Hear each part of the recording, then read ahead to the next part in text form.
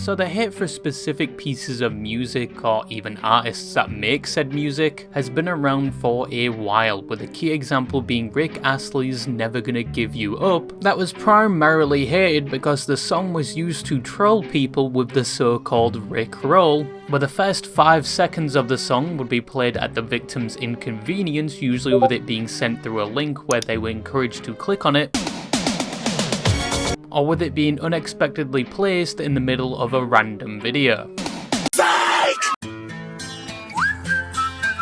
This internet trend and song is probably responsible for causing so much PTSD for those who existed on the internet in the early 2000s, and it's probably why most have extreme paranoia when clicking on any YouTube link. It also meant that 1, Rick Astley was only mainly known for this one song, despite releasing a variety of other music that were relatively well received, and 2, a lot of people hated that song because of its overuse, which apparently even included the singer himself, as it said he has a complicated relationship with the song. But the hate for specific songs to the point where sometimes the creators of said songs share a portion of the hate isn't exactly uncommon. Recent examples involve people like KSI, who made the song Thick of It, released in 2024, which was treated so poorly, I think even the deaf community complained they had ruptured eardrums as a result of it, and KSI was not spared from public scrutiny, with many telling him never to make another song again, but in his defense he did manage to turn the hate around in a way where it benefited him, which primarily came down to rage baiting people and getting into a public feud with Dan TDM, and even more recently, as I've witnessed on Instagram Reels, there are people throwing their fecal matter at the VTuber Ironmouse all of a sudden for a song called Cry For Me, but strangely enough they have only recently started shitting on it due to some controversy surrounding her, because that song was initially released over 9 months ago with barely any negative feedback, until once again recently where people decided it was so cringe and so bad they actually had to apologise to KSI for shitting on him.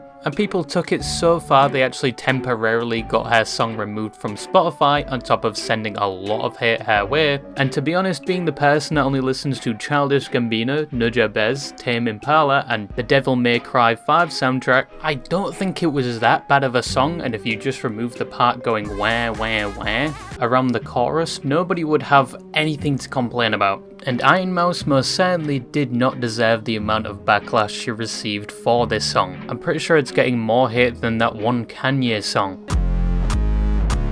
However, with all of these examples, I think there is one person that even more recently has become the internet's new punching bag, and has received so much hate that they made a post where if they received 1 million likes they would retire from making music, and that post to this day has over 4 million likes, 4 times what he was asking for, on top of the plethora of posts of people expressing their opinion that they hate everything from his music to him himself.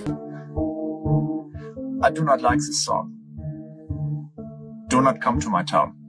Which has had an effect on said artist as a result, and this artist kind of came out of nowhere before one could say being forced down everyone's throats, being seen almost everywhere with every influencer. But that person and who this video is about is BBNO Money, or Alexander Leon Gumuchian, who right now is being treated like the fleshlight of the internet, and he is probably one of the most hated people on the internet right now, or at least Instagram Reels. But before we get into why he is so hated, does he deserve the hate, and some events that may have caused said hate, we first, as always, need to know who BBNO Money is.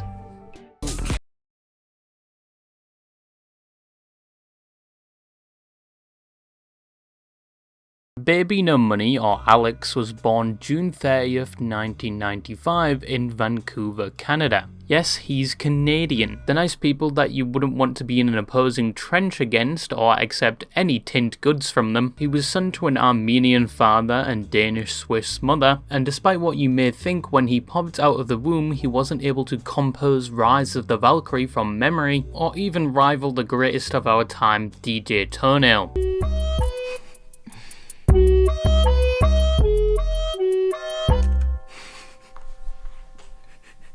He actually found music rather late in life compared to other artists, and if things went as planned in his life, he probably wasn't going to make any music at all. Alex was homeschooled for a lot of his early years, and in an interview in 2019, he recounts his mother trying to get him into piano, but he found it difficult to both read music and understand music theory. His homeschooling would end when he reached high school, of which the transition from homeschooling to public schooling, he has briefly stated it made him a bit of a weird kid, which I think is understandable when you transition from learning at home with most of your contact being the teachers, that were probably your mother and father, to a public school with other kids and teachers that most times are underpaid and detest your very existence. However, despite being in an unfamiliar environment, he both discovered listening to music recreationally and a hobby which he wanted to pursue in the future, which actually was nothing to do with music and was instead competitive swimming. This actually was where his name Baby No Money came from, as when he was a competitive swimmer, he was known as Baby No Chlorine, which if you even believed me for a second there, you may be clinically brain dead. I was just checking your dumbass is still listening and not disassociating and drooling over there whilst you organise those Minecraft chests. Anyway, from looking at his swimming record, he took part in a lot of competitive races whilst pursuing this interest, being mainly active from 2008 to 2012 and taking part in a range of races like the 200 meter breaststroke to the 1500 meter freestyle. However, his dream to be a competitive swimmer would be short-lived, as in grade 12 he broke his back whilst playing rugby, or football for those of you in high cholesterol servers, but with his back being broken, not only was he not able to continue swimming competitively, but he would experience lifelong issues such as chronic back pain as a result of the incident. I broke my back playing rugby in grade 12. It's all good. It was a good learning experience. And then I was like, okay, shit, well, now I know so much about the psychological effect of pain, and I'm in chronic pain all the time. Like, basically, I have trouble sleeping. Like, it's just my life. Now, with his dreams shattered, he would understandably be very depressed because of this, saying in other interviews he didn't really know what to do with his life going forward, and he was only 17 to 18 at this time. I was an athlete, I used to be a competitive swimmer, and then I had to pretty much give any goal of physical ability kind of excellence or endurance plays, yada, yada, yada. Super depressed.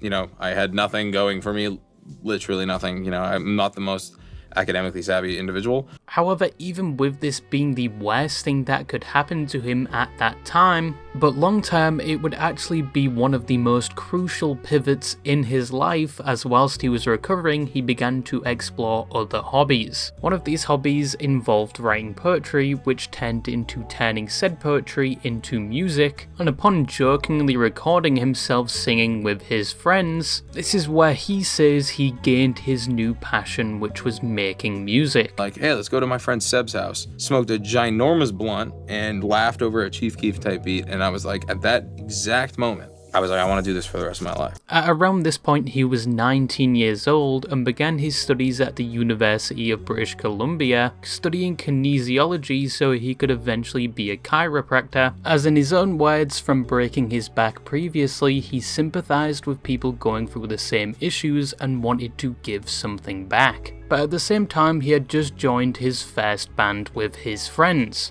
which was called Broke Boy Gang, with his nickname in the band being Baby Freestyle. However, because the name was so long and didn't fit on his jersey that they created for their first show, a friend would shorten the name so it would fit on the jersey to BBNO $, which he interpreted as Baby No Money, and he thought it was actually quite catchy. So he used it from there onward, which is where he actually got the name he uses to this day.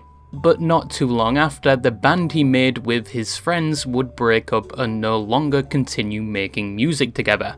And Alex, or now Baby No Money, went on solo creating music on the platform SoundCloud. He would see some success, but not as much as compared to in 2016, when Jackson Yi, a member of the Chinese dance and music group TF Boys, used Alex's song Yo Yo Tokyo in a dance celebration for his 16th birthday. And as a result, he went viral in China, and striking whilst the iron was hot, he decided to go to China and started doing shows and concerts there while still being a university student. Following this success in 2017, he collaborated with well-known artist Young Gravy and continued making more music, even releasing a few albums. But once again, none of this success would compare to what he would see in 2019 with the release of the song Lalala, something he made in collaboration with Y2K and was said to be heavily improvised.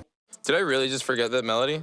But it was extremely popular. Even to this day, it is still his most played song and a song many know him for. Going past this, he would credit the song's success to platforms like TikTok, where instead of spending money on things like labels or advertisements to push the song out, he discovered all he really had to do was 1. Post about the song on TikTok, usually in the most basic way possible, 2. He got his existing fanbase to pick up the song and push it out with their own content, which in turn would further advertise the song, and 3. BBNO Money learned to integrate himself and his music into meme culture in a way that music labels at the time couldn't, and if they did attempt it, it came off as unorganic, failed horribly, and made the artist look like an industry plant. This would be a tool BBNO Money would heavily use in the future when launching new music. Well, that and also mingling with other creators or influencers to not only push his music but also expose himself to all areas of the internet,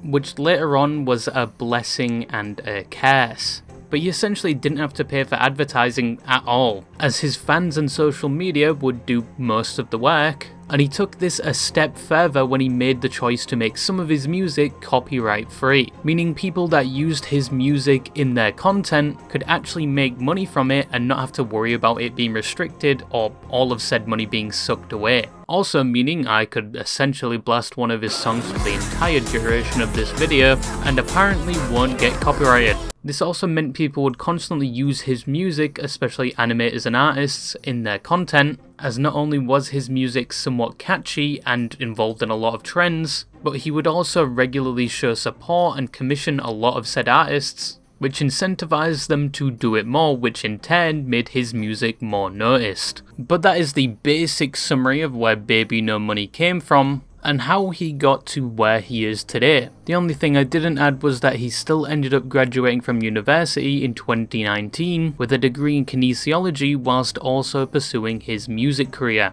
and he is still pushing out music regularly with support from his large fanbase. So why, after saying all of this, is he so hated to the point where people supported his premature retirement from music? You look at an insanely negative remark, people are calling me the Antichrist or like comparing me to Hitler. Yeah, I mean, I don't necessarily know why. I think people just don't like my music, but like, I'm only here for positivity. Now, as said, BBNO Money, especially recently, has been getting a lot of hate. But is the hate forced, or is there actually a reason behind it? One of the main reasons people hate BBNO Money is down to his music itself, with some sharing the opinion it's just shit, with some describing it as straight NPC music or corny, and saying it's so bad that it's like auditory torture, and then there's the opinion that most of his recently released music just sounds all the same. Now obviously music is subjective, and in my own opinion, yes, the person has a bipolar music taste. I don't think BBNO Money's music is that bad to the point where it's on the same level as some of the abominations that were made in the YouTube music and diss track era of the internet. But yeah, his music isn't that bad. Would I listen to it on my own accord?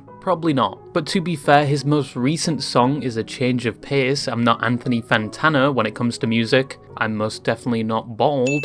But it's different. It's not like any other music he's made, and he may be going on a musical journey or character arc. But I don't think people hate him and his music down to it just sounding bad. I think it involves other factors like his advertising strategy, with the copious amount of posts he'll make on social media when he does have a new song, to the amount of people he will commission to make animated videos with his music, to him seemingly collaborating with every influencer that has or has recently gained a large following, and with him and his music being all over platforms like TikTok and YouTube, some people feel as though he's being forced down their throats and are experiencing so-called baby no money fatigue, because they see him and hear his music so much they may eventually get tired of him or even eventually begin to hate him as a result. And I think this is just a symptom of his marketing strategy that does very well. It covers a lot of ground. It has spread him to almost all corners and communities of the internet. Hell, he was even in the game Peak. His agent or whoever is setting up all these collabs needs to get a fucking promotion. But it has the trade-off of working too well, where instead of people liking you, people start to get tired of you, even if you are simultaneously doing good things like commissioning small and freelance artists. And it's not uncommon. We recently saw the Pedro Pascal fatigue, which was partially down to him being everywhere in every movie or show. And once again, Baby No Money has received a lot of benefits from this effective strategy, like not needing to pay anything towards conventional advertisements like bigger music labels do, but it looks like it has come with the trade-off of people potentially seeing too much of him. Now, another reason people hate Baby No Money is with the claim he is performative, or as some call him, Baby No Backbone. First we had Jellywig, now we have this.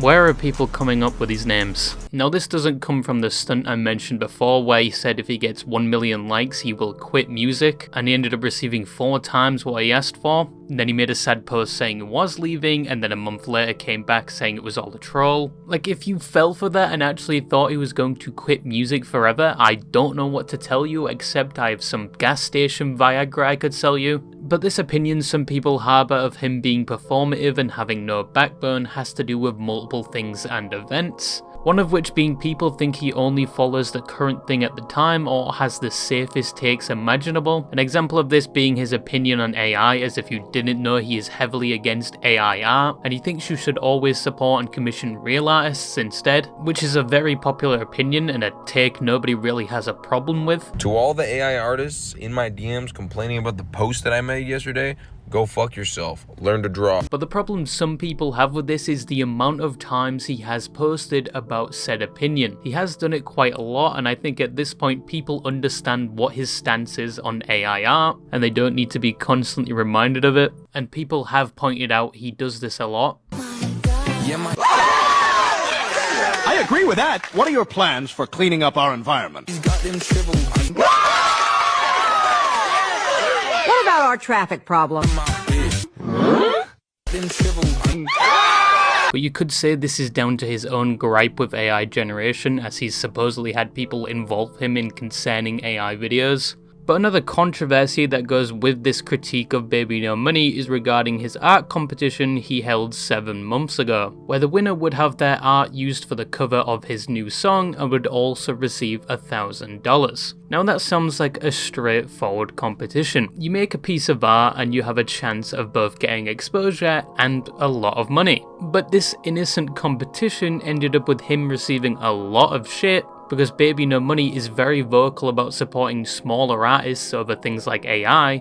But from my understanding, some people got mad because he did not compensate a lot of the artists that contributed to said competition, and some saw it as him taking advantage of his community for free publicity from the people that didn't win but still did hours of work and publicly submitted work for the competition. But as said, he got a lot of shit for this, and it was a big deal, at least on TikTok. And some tried to push the narrative he is performative and actually doesn't care about his fans or smaller artists, and that he just wanted to push his own music. But to be fair, it is an art competition, and in no way did he ever say he was going to compensate anyone but the winner.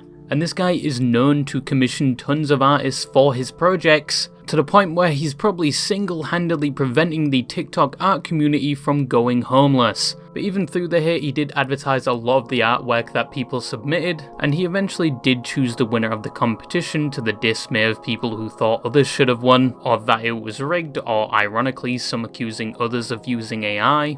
But that controversy and situation is nothing compared to the next one, as it arguably caused the most backlash for Baby No Money and was the main piece of evidence to support the name Baby No Backbone. So on the 29th of May 2025, he would launch a song called Mary Poppins. There wasn't really anything wrong with the song itself, it was like his usual music, nothing really was different. But at the beginning of the music video, there was a message saying a certain person had been censored, as Baby No Money was unaware of their ethical beliefs at the time of filming with them. And throughout the video, you see this PNG lizard moving around the screen, and that person was the streamer and content creator Asmongold, or as he's more commonly known as the Roach King or Naggle's offspring. But it was thought he was mainly censored because of some of the opinions he has, mainly political takes. And 7 months prior to the release of this video, he was banned on Twitch and got a lot of backlash for some things he said regarding the Israel-Palestine conflict, of which he did later apologise, but it's unclear if it was due to this he was censored, or perhaps due to other instances or opinions he's shared in the past, as he has implemented more politics into his content, at least compared to other years. And he has ruffled a lot of feathers to say the least. But I think in this situation, Baby No Money would have probably been fucked either way. If he didn't censor Asmongold, people would just for some reason assume he fully supports him and agrees with everything he says. And if he did censor Asmongold, of which he did, you get the fallout which we saw after the release of it, which I'll get into in a second. But the only way I see Baby No Money negating all backlash from this from both sides would be him probably making the sacrifice of not releasing or replacing the full video for the music, which would be him essentially pissing away a bunch of money and effort, which is also quite the loss. So it probably wasn't the most straightforward decision, but either way it means Asmongold made the sacrifice of coming out of his RuneScape dungeon for no reason. However, with censoring Asmongold, as you'll see in the comments of the music video, he went about doing it in the worst way possible because it sticks out more than anything, and just in general creates its own Streisand effect, which was probably the opposite of what he wanted to happen. I think simply just blurring his face would have made a better choice and made him stand out less. But a lot of people pointed this out in the comments to the point where it's the only thing talked about in said comment section, and nobody, and I mean nobody, is talking about the music at all. I think if he didn't even bother censoring Asmongold at this point, yes, he would have been condemned by another group of people, but I don't think people would have noticed as much, and it wouldn't have consumed the comments as much as having a dragon in the music video. But it was his music video, he can do whatever he wants with it. But how did that make people come to the conclusion he is performative or that he has no backbone? Well, people pointed to a clip at a Twitch show where Baby No Money was on stage, and he ripped his shirt open to reveal he had a painting of Asmongold on his chest and proclaimed Asmongold was his favourite streamer. My favorite streamer without indubious question is fucking Asmongold, baby!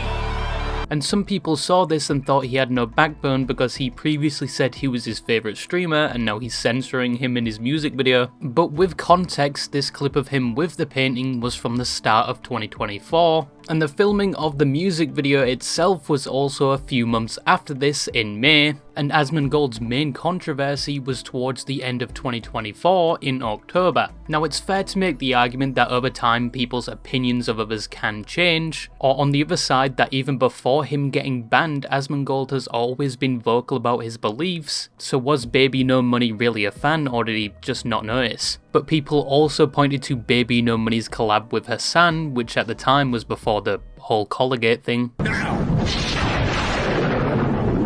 But I think even after Collegate, he has had some other collaborations with Hassan, but it led some to question why he would censor Asmongold but collaborate with someone who in their eyes is said to have extreme views or is just as controversial as Asmongold. And people also pointed out apart from Asmongold, there is a lot of other people that could have also been censored, with the most named being Mizkif, which was before the Emeru situation, but he still had a lot of controversy surrounding him at the time, and a lot of people still returned after the Emeru situation, saying they definitely now have a reason to censor him. However, with this situation, Asmongold himself didn't really seem to care and in fact understood why he would do it. There's no ill will or any sort of like negativity about it. I just think that he doesn't want to be involved with my politics, and it was like from kind of a long time ago. And again, I like Baby No Money. I don't have any ill will towards him. I thought he's a great guy. I've talked to him multiple times. If he doesn't want to promote the kind of content that I do in my videos, that's his professional decision and that's his career. I'm not going to expect people to put their career on the line. But that was another reason why people potentially dislike Baby No Money or think he's performative.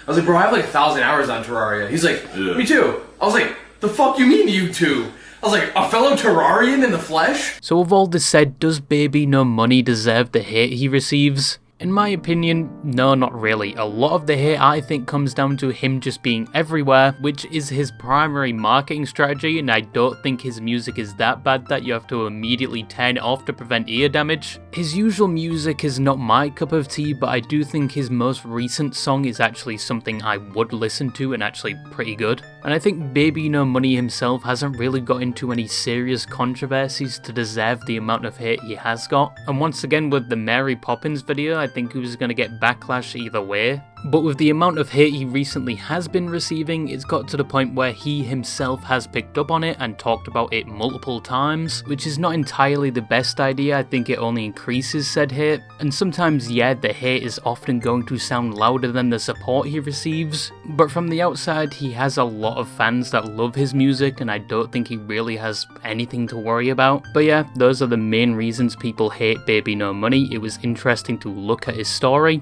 and that's basically it. I hope you go sound to a fishing hook, and that's all I really had to say, and bye-bye.